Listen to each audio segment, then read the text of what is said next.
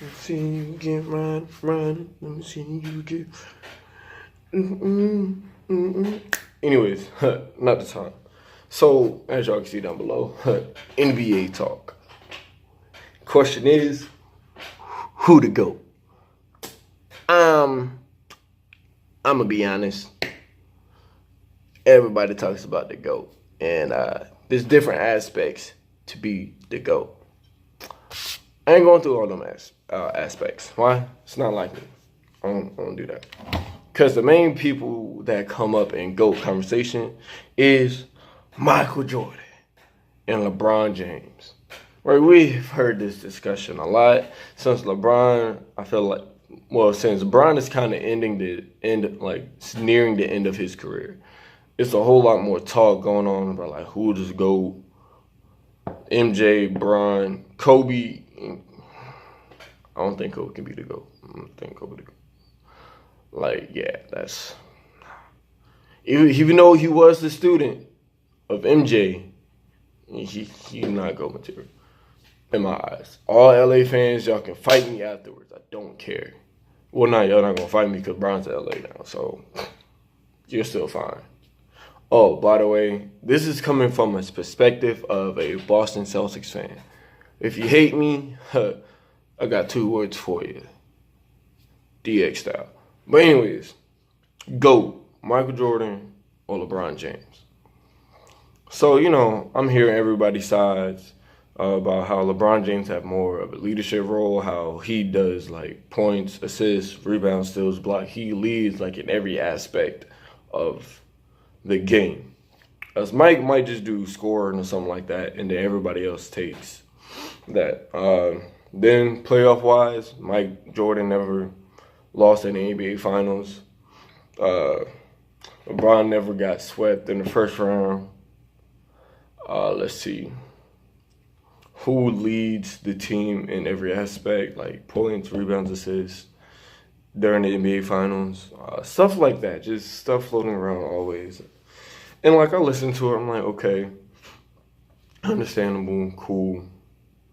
And I'm like, but I felt like MJ's still the GOAT because he changed the game that much.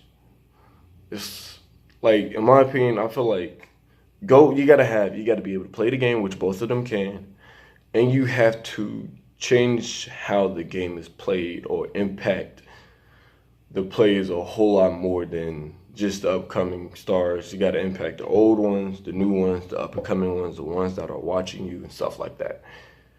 Bron might be doing that. I don't know. I haven't really been hearing that. Bron is more political now because of what's going on in the world today than it was back then. Mike, shit's flippy much. But, during this whole entire thing, I thought about it. I'm like, Mike retired like a good 2 to 3 times. I was like, those are some of his prime years too. So I was like, Bron never retired. So I was like, all right, if we're going to do the GOAT calculations, we got to line up MJ's career, LeBron's career with MJ's. And whenever MJ retired, cut them years out of LeBron's years, let him come back, then cut them out again, and then let him come back. And I was like, all right, that would even it out at first. Because I'm like, all right, cool.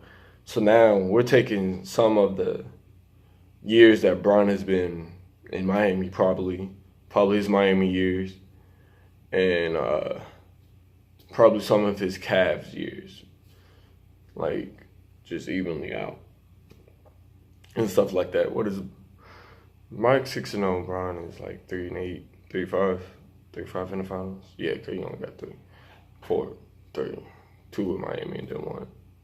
Yeah, but hold on. There we go. So I was thinking about that. I was like, all right, cool. Then I was talking to my boy Smiles. Quick side note. Smiles is dropping an EP this year, before December. Y'all gonna have to listen to that. I'm gonna be blasting it. And then album is gonna be dropping in the spring of next year. Definitely gonna be blasting that. So I'll keep y'all on notice. But I was talking to him, and I was like, dude, so MJ retired a couple times, so why won't they compare Bron stats and MJ stats and trying to match them to where MJ retired, cut them years out for LeBron and stuff like that. He was like, that's true. And then he was like, but when MJ left, his team was still good. Bron's team was trash. I'm like, then, I thought about it. I'm like, yeah, that is true. Typically, they are trash for LeBron and stuff like that, and they're not that.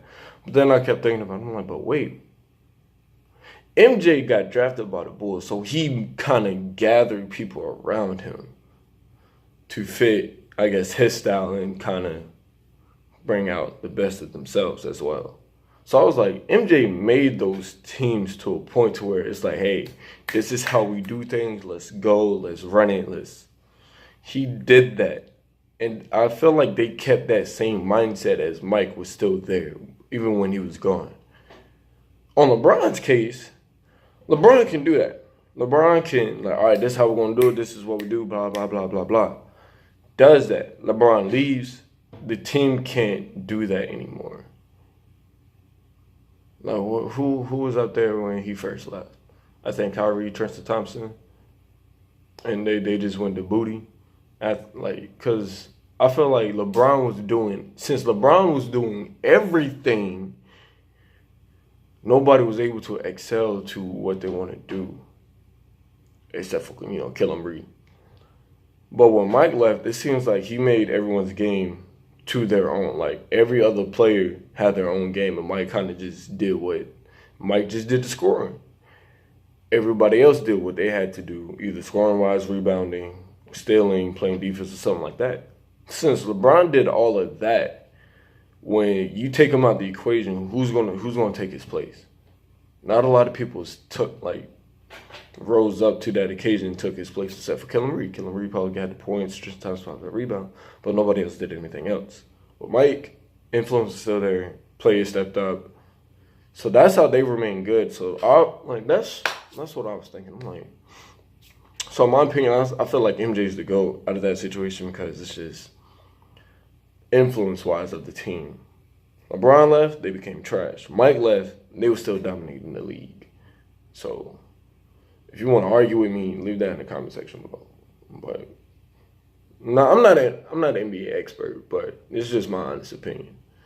I feel like MJ's still the GOAT.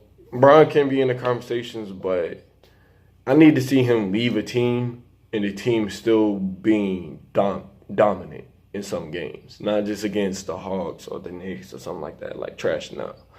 They need to be dominant against top-ranking teams as well. It's just my 2 cents.